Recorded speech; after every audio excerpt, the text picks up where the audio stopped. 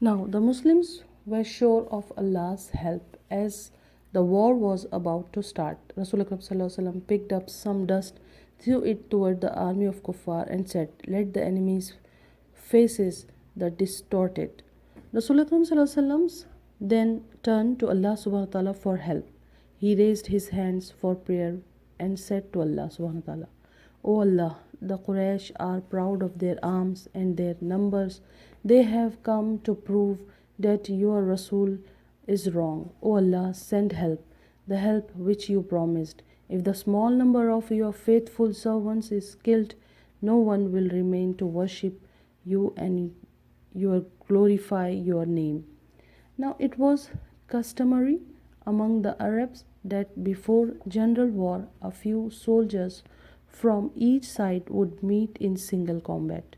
The Kuffar chose their best generals, Utbah, his brother Shaiba, and Utbah's son Walid. Three Ansar came forward to face them. Proud Quraysh chiefs refused to fight the Ansar. "We are pure-blooded Quraysh. The Ansar are no match for us. Send us the right match so that we could prove our might." Rasulullah knew that this racial pride of Quraysh would soon disappear.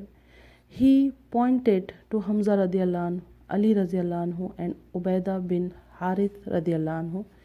These brave soldiers came forward.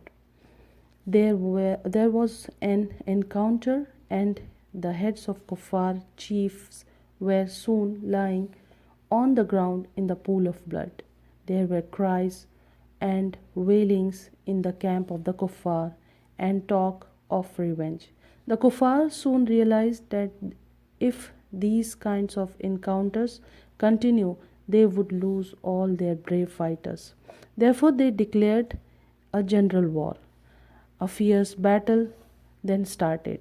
The small number of Muslims fell with full vigor on the Kuffar. They would either be victorious or become shaheed in the way of Allah subhanahu wa ta'ala. Allah subhanahu wa ta'ala saw the faith of the servants and sent an invisible army of angels to help the Muslims. Whenever if someone is proudy, if someone shows the proud, Allah subhanahu wa ta'ala doesn't like the proud. The quality of proud only suits to Allah subhanahu wa ta'ala. We are humans. We should not be proudy. So that's why Allah subhanahu wa ta'ala Allah subhanahu wa ta'ala helped Muslims and sent the forces of angels to help Muslims, and this way Allah subhanahu wa ta'ala wanted to finish the racial pride of the Quraysh, and it would soon disappear. Now, the Muslims youth attacked Abu Jahl, the worst enemy of Islam, and killed him. Many generals of the Kuffar started falling one by one. Soon they lost heart and ran helter-skelter. The Muslims fought bravely. They were helped by angels. Seeing the angels, Makkans became scared and fled. As they ran, the Muslims picked up their arms and equipment. This is called Mali Ghanima. Mali Ghanima means the remaining arms of the enemies and some equipments. It is called as Male Ghanima. Among the Arabs, it was the share of the victors. Many of famous leaders of Kuffar were killed. About 70 Kuffar were captured. 14 Muslims, 6 Muhajirun, and 8 Ansar became shaheed in the way of Allah subhanahu wa ta'ala. May Allah subhanahu wa ta'ala have His mercy upon them. The captured Kuffar feared the worst from the Muslims. It was an Arab custom to kill all the enemies who were captured. Sometimes they were made slaves and were treated badly. The captured Kuffar were the worst enemies of the Muslims. If we will just revise the Seerat of Prophet Muhammad in Makkah, you will come to know that they were the worst enemies of the Muslims, and we know what they did with Muslim, how they were teasing Muslims. That's why Prophet Muhammad Sallallahu Alaihi Wasallam migrated from Makkah to Medina. Now they had killed innocent Muslims, expelled them from Makkah, and taken possession of their property. Rasul Akram Sallallahu Alaihi Wasallam distributed the prisoners among the Muslims. He asked the Muslims to treat their prisoners kindly and not to take revenge upon them. That's why this was the another custom broken by Prophet Muhammad Sallallahu Alaihi Wasallam, that he did not misbehave with the enemies. Even he distributed the prisoners among the Muslims. He asked the Muslims to treat their prisoners kindly and not to take revenge upon them. Later, they were allowed to pray for their freedom and leave. Among the prisoners were Abbas, an uncle of Rasul Akram Sallallahu Alaihi Wasallam, and Abul As, the son-in-law of Rasul Akram Sallallahu Alaihi Wasallam, and husband of Sayyida Zainab radiallahu anhu. They were treated like ordinary prisoners of war. No special concession was given to them. Teaching the Muslim children was set as the price of freedom for the educated among the kuffar. These prisoners had feared the worst, but they found Muslims were kind and fair. Some of them became Muslims and continued to stay in Medina. After the battle of Quran, after the battle, the Quran prescribed special laws about the Male Ghanima. Okay, so this was all about Ghazwa Badr. Now, Ghazwa of Bani Qanqa. Our Prophet Sallallahu Alaihi Wasallam had expected help from the Jews against the Kuffar. They were Ahl Kitab, the people of the book. That is why Rasul Akram Sallallahu Alaihi Wasallam called the Muslims and Jews of Medina one ummah and signed an agreement of peace with them.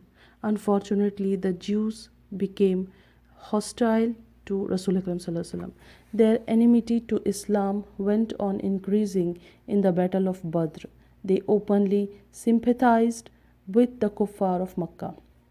Now, the defeat of the Makkans made them sad. Some of them started openly inciting another attack of Makkans against the Muslims.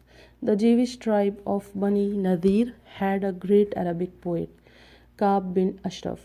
He wrote moving eulogies of the dead Makkans.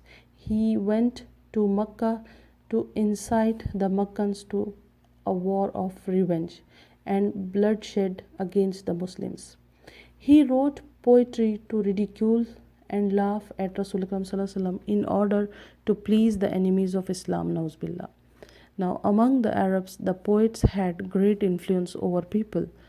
There was no radio, television, or newspaper that time. The poets controlled the minds of emotions of the people. Ka'b used all his power of poetry and his talent to speech against the Muslims. He went to Makkah and recited his poems. Makkans heard these poems, remembered their dead, and took vows to fight the Muslims and finish them off. Ka'b reminded them of their past greatness as fighters and of their duty to destroy Rasul Akram Sallallahu Alaihi Wasallam.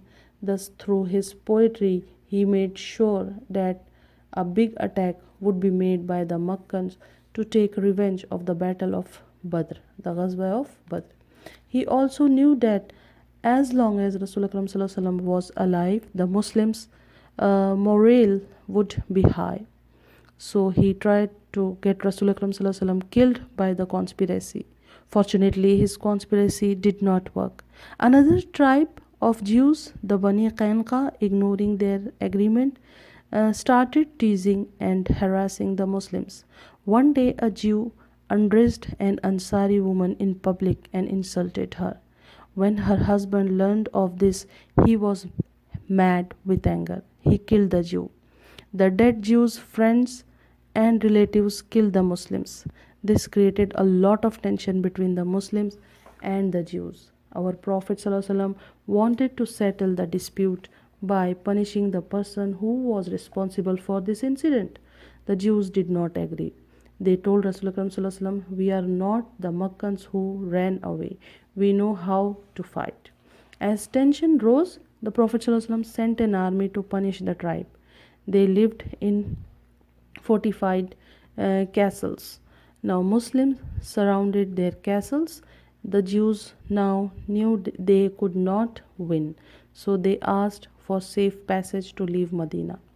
At this time, no one would allow one's enemy to go unpunished, but Rasulullah did not like bloodshed, so he allowed them to leave. That day, 700 Jews left Medina from Syria. They were allowed to take with them whatever they could. This was another trend broken by Rasulullah. That time, the prisoners or the enemies were not allowed to go unpunished, but Rasulullah did not like the bloodshed, and that's why he allowed them to leave. Alhamdulillah. Now other Jewish tribes continued to live as before, but these tribes became more bitter and hostile to the Muslim. So this was all about the Ghazwa Badr and Bani Qanqa. Wa akhir dawana alhamdulillahi rabbil alameen. Please say Darud. Assalamu alaikum wa rahmatullahi wa barakatuh.